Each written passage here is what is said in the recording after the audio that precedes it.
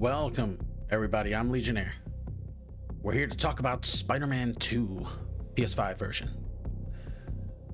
I recently played it. I just finished it yesterday, and man, it was crazy. It was cool. I love the way the story changed, and everybody got a chance in the Venom suit. So there's a lot to talk about. Let's get into it.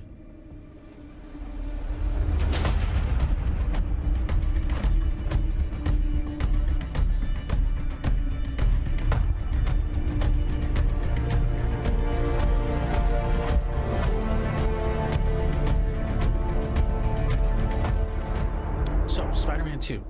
I recently played this on my stream, and I wanted to do a video while it was fresh in my head, just to talk about it.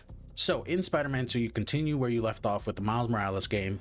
Peter and Miles around the town saving, the world, while trying to live their lives and, just build up their lives and get girlfriends and, get jobs. Peter himself got a teaching job, and he's a teacher, which I honestly think is the dumbest idea for somebody who wants to be a hero on the side. Because you can't just leave a school of children to go save the world whenever you need to. And that's the first thing he does on his first day. So it was just a bad idea all around. Stick to photography, because photography, you're out there, you're going to take pictures of crime scenes anyways, so you're at the crime scenes.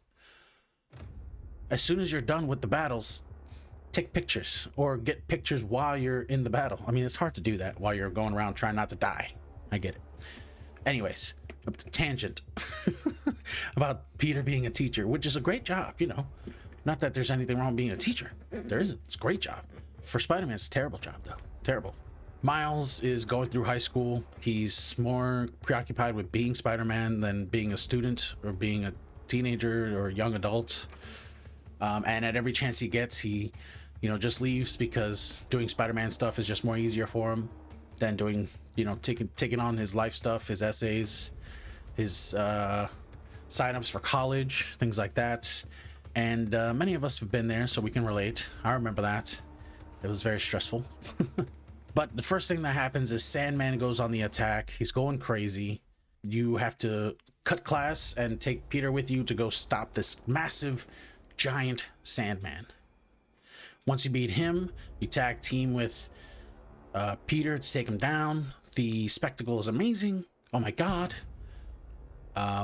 And then they try and get on with their lives. Each character has their own struggles.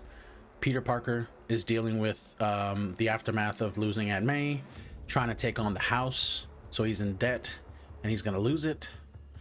Poor Peter, always dealing with that, but he's got MJ by his side. After the events of the last game, they got together finally, back together, and they're supporting each other. He wants her to move into the house, but she's a reporter. She wants to be a reporter in the city, so living in the city is best for that. So Peter's kind of taking it on his own, but it's not too crazy to expect that she would want to stay in the city, right? Because that's her job. That's what she wants to be.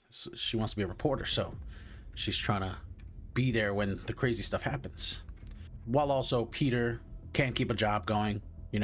As we talked about, his teaching gig went down immediately because he abandoned the kids, and that's straight up fire. Like, you get fired when you do stuff like that. You don't leave the kids. But he was saving the city, so you got to understand. But also, Peter looks really bad. He looks really bad. And Miles is, he's got a few things going on. He's trying to make time for this girl that he's talking to. He's trying to make time for his mom, who, needs him to make sure he does stuff, and also has been trying to keep him on track, since his dad is no more. So she's also trying to live her life. She's been going on dates with people. But Miles, he, instead of facing most of that stuff, he kind of just wants to go to Spider-Man, because Spider-Man, you're in it, you're in the fight, right? There's no distraction. It's just not as stressful for him. So the story intertwines both of Peter's and Miles' stories. They're always calling each other. You can switch to anyone you want most of the time, but when there's specific story beats that you got to hit, you have to switch to that specific Spider-Man. They both call each other Spider-Man, which, you know, I was just like, that's not bad. It's kind of funny. But I mean, what are you gonna call Miles, right? Because Peter is Spider-Man. He's the original Spider-Man. People just call him Spider-Man because he is Spider-Man. He's just a different Spider-Man, so kind of makes sense. I never had a problem with it, really. They don't even use it that often because they only talk to each other or their respective, you know, group of side characters. Kraven on the hunt. He's on the hunt in New York trying to get all the villains. So the story starts to unravel when all these villains start coming out. Like Martin Lee, Mr. Negative, who killed Miles' dad. He's, you know, being transferred along with Scorpion. And that leads to a lot of like tension with Miles and what's going on. And then you got Kraven coming in and he's, you know, trying to take these villains out or take them out of prison. So it all just collides. Mr. Negative and Miles meeting, Spider-Man trying to contain Scorpion and all the stuff that Kraven's doing, and they end up all across the city. It's nuts. And then you bring in Harry Osborn, who was really sick and is really sick. He's really sick, who needs the Venom suit, which he doesn't really know what it is at first, so that he can be healed, so that he can walk, he can run. He's got some kind of sickness that his mom had, and there was no cure for it. So they just make it so that the Venom suit heals him, which it does. That makes sense. But he starts to get powers like Spider-Man, you know? The Venom itself starts to mimic Spider-Man. And Harry gets to join Spider-Man, and it's really cool. You get Agent Venom and Spider-Man running around. And the game goes into the entire black suit arc of Peter wearing it, you know, initially being good still, but being really much stronger, able to deal with all the issues he's got going on, right? And he starts to lash out at people the more venomous he gets. You know, Harry needs the suit, you know, because without that he starts dying, literally fading away. So the only reason Peter got the suit was because of he was about to die, and from Kraven and his goons, they were attacking them, as well as the Lizard. They were chasing the Lizard. Oh my god, so many classic Spider-Man villains in this. It was awesome. The whole Venom aspect of the story kicks in the second half. You know, after Peter starts getting crazy with the suit, then he just goes overboard. Like, he's ready to kill Miles, he's ready to kill Mary Jane. Like, it's nuts. And he's ready to get rid of the suit. Once it comes to that point, he finally gets rid of it, and he tries to destroy it. But Harry, you know, he's mad. Like, dude, I need this to live. I get that, right? I get that. And the symbiote itself reacts and just freaks out and jumps back onto Harry as quickly as possible. From there, we get our traditional Venom. That's when Venom really kicks in towards the later half, and all in between that time, we've dealt with Kraven still taking out the villains. We've dealt with the Kraven crew invading the entire city, running around. We've had to stop a bunch of them. Peter trying not to drown in his responsibilities, but he feels bad for a lot of stuff. So this is why the Venom suit gets that hold on him, right? And Kraven just chasing him down, like he wants to fight the Venom suit. He sees it as the ultimate challenge, because Kraven is dying. He's got like cancer or something, so he can't stop it, and he sees that as the weakest way to die ever. So he's gonna go out fighting, and he wants to fight the ultimate hunter. Nobody can really top him. He's the ultimate hunter, but he wants to fight the ultimate challenge out there. All this to say, I really enjoyed the story beats. I think they were paced out well. I was able to get a nice groove of doing like 30 to 45 minutes of story, and then when you're dumped back into the open world, you do like 30 to 45 minutes of that, run around, do some crimes.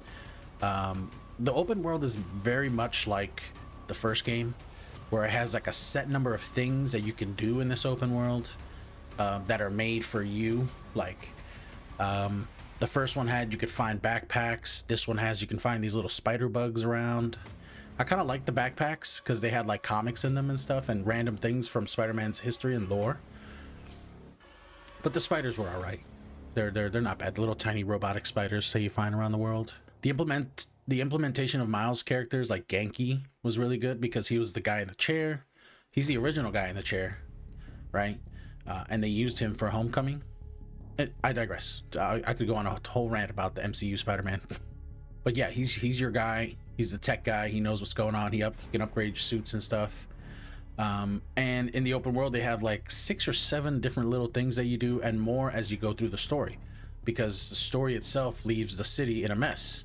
So there's these things that you have to start cleaning up. In the beginning of the game, you get more like the Sandman stuff flying around. There's crystals where you have to fight the Sand People. Then you start seeing more of the Craven Hunters, and then later on they get really beefed up, and then towards the end you see a lot more Venoms. Like the city is engulfed in Venom juice because of this meteor rock in the story. So there's like Venom people running around everywhere, and you have to fight them. They're incredibly OP, but you learn to deal with them and their parries and stuff like that. So the open world had a good progression of enemies that you run into towards the end, so you're not doing the same enemies from beginning to end. You are, but you don't do them as much later on because they introduce new ones. So you still run into, crimes from the Craven Hunters and things like that at the end of the game, but you see a lot more Venom people around, Venom symbiote people. The map itself was expanded to not just be Manhattan, but you have the other side of the water there. I believe that's Brooklyn and some other places. So it was really cool to get out there, because in the 2018 game you couldn't go out there. Understandable, because the game itself was massive still, but this one just takes it up to a whole new level. So I really like that. Just made it a lot bigger, and they made your traversal way better with getting across the water. Like, of course you didn't do that in 2018, but in this one they wanted to make it so that it was quick. You didn't get stuck in the water or something, having to swim to land all the time. That could have easily been a problem. But the gliding, adding that with the bridges, you can swing on the bridges. There's little boats where you can get momentum for your gliding in the middle of the water. So they really set it up for you. And when you get to the water, you can actually slide a little bit and then jump and get more momentum. So they kind of made it work. And then they also have these air paths, these currents that you can ride, and it makes you go super fast. So they add those a lot. Like, they'll come up randomly in the middle of the water there, and you can just follow it all the way to the other island. It's great. Some of the things that you do in the open world, like I said, you can find these spiders. They have these plant mini games where you help the plant life around the area, and you do like some genetic splicing and reordering of the genetics for the leaves, plants. They have chests everywhere that you can find, and you need these things. You need to do these things to get like tokens, city tokens, hero tokens, so that you can unlock the costumes. The costumes are amazing in this game. There's so many costumes. I thought they had a lot in the first game. This second one, oh my god. And they added ones that I really wanted to see, like the black suit Spider-Man from Spider-Man 3. I was like, oh my god, they actually added it. People hated that movie for the longest time, and still do. It's really not the best movie of the trilogy, but I don't think it's as bad as everybody thinks. It's still a good comic book movie, just not the best Spider-Man movie. It's kind of a mess in that arena. But I loved seeing the costume in the game, so I used it for a bunch of it. And of course, the Raimi suit. They have the Amazing Spider-Man suit, the Amazing Spider-Man 2, Homecoming, they got all the suits, everything. And then at the very end, I unlocked at level 50 the original black Spider-Man suit from like the comics, the original one. It looks perfect. Perfect. It is the best black Spider-Man suit in the game for me, because the one that you get in the story, the way he looks in the cutscenes and stuff, is really gooey and the slimy and stuff, and I get it, that's Venom, right? But I really like the original black suit, which was sleek, just all black with like a little tint of bluish, right? This suit doesn't have that tint of blue, but still, this is cool. So costumes, man, they knocked it out of the park for sure. Two things that I thought could have used some work would be, one thing I wanted to see was helping random citizens in the city. Something that old Spider-Man games used to have was like these people would cry out for help and be like, hey, Spider-Man, can you go do this? Hey, Spider-Man, can you help me with that? I kind of like that. They don't really do that anymore. They kind of just have the things there, like, oh, there's a crime going on. Oh, there's this roof full of villains. You know, they did the roof full of villains a lot towards the later half of the game. So I would like to see more creative saves. Like there were ones in the old Spider-Man 2 where you would save people from falling off a building. That was perfect. I like that. You know, like little things that interact, like help you interact with people. How about the burning buildings with people in them, right? They don't have any of that here because they can't make it seem like if you don't do it, then people will burn and die. They can't do that. I get it, right? But they can make it so that fire and rescue does get there and save them in time if you don't do the mission. But being able to go into the buildings and find the people in like the closets, get them out, that'd be great. You know, so for Spider-Man 3, I hope they have a few more natural ways, like some kind of randomizer that lets you do stuff like pull people off of the buildings so they don't fall and something like that. You know, a little more creative, right? The side stories in this game are much more less notable than they are in the first one. So there are side missions that you can do for each like Spider-Man that are like their own personal stories. Like Miles has a historical community museum opening and somebody stealing the stuff. Spider-Man has his own thing going on with the Hellfire gang and Yuri, right? But they don't put these in the forefront. They don't tell you these are big side quests that you should do while you're doing the story. I didn't even know. I didn't even realize until the end of the game that these were major story missions that I should do. So the game doesn't really tell you up front that these are side missions. You see them. You see, like, maybe you'll do like a pre-mission that sets it up, but you will quickly forget it. You'll quickly forget about this mission, like this mission thing going on until the end of the game. So I didn't even realize until the end that you could do them. So maybe next time have like, you know, side missions, like, oh, these are the available side missions that you can do. Maybe that's my fault. I didn't look in if there was like a journal page or a quest page, mission page, whatever. So maybe that's my fault. One more disappointing thing about the game was the whole playing as Venom thing. You play as Venom for like 5 minutes and then that's it. I really wanted to play as Venom swinging around the city, but they don't let you. Because you could go around and eat everybody. I get it. They would have to make it so that everybody in the city is eatable, you know, and they would have to give Venom stuff to do if they made him open world playable. And he can't just roll up as Spider-Man in these missions and start saving people, I guess. I don't know. I think they could do it. They could have done it. And I bet you if they weren't on this crazy live service thing that Sony put them all on, they probably would have done Venom DLC. Like a whole Venom side game. I think they still could. They still could. The game came out, what, last year? Come on. Give them like another year and then show it off at E3 and be like, hey, Venom side game is coming. You could play as Venom. It's an alternate thing with the characters from the main game. Not canon, whatever, right? Or you can take control of Venom during the part of the story where the city is controlled by Venom, right? While he's doing stuff. We don't really see what he's doing in this time. He's kind of hiding with a rock. Anyways, that was one of the few things I didn't like either. Aside from that stuff though, this game, amazing. Really worth playing. The story's not super long. I think it took me like 20 hours maybe. It could have been a little longer. They could have fleshed out a few more things, stuff with like Mary Jane, a little more time with Harry and Peter in their prime, you know, because they went from Agent Venom to Spider-Man Venom to Venom, like in the span of like 6 hours in the story time. So they could have maybe extended that a bit, right? And extended out Venom's time, maybe giving you a whole section of the game where you play as Venom, you know, and you think you're doing good, but you're actually doing harm, whatever. But the world, amazing. I've not stopped swinging around since I started playing it.